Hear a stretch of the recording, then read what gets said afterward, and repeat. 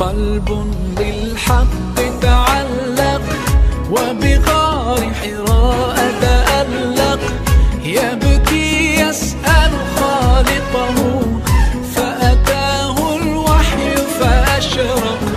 اقرأ اقرأ يا محمد،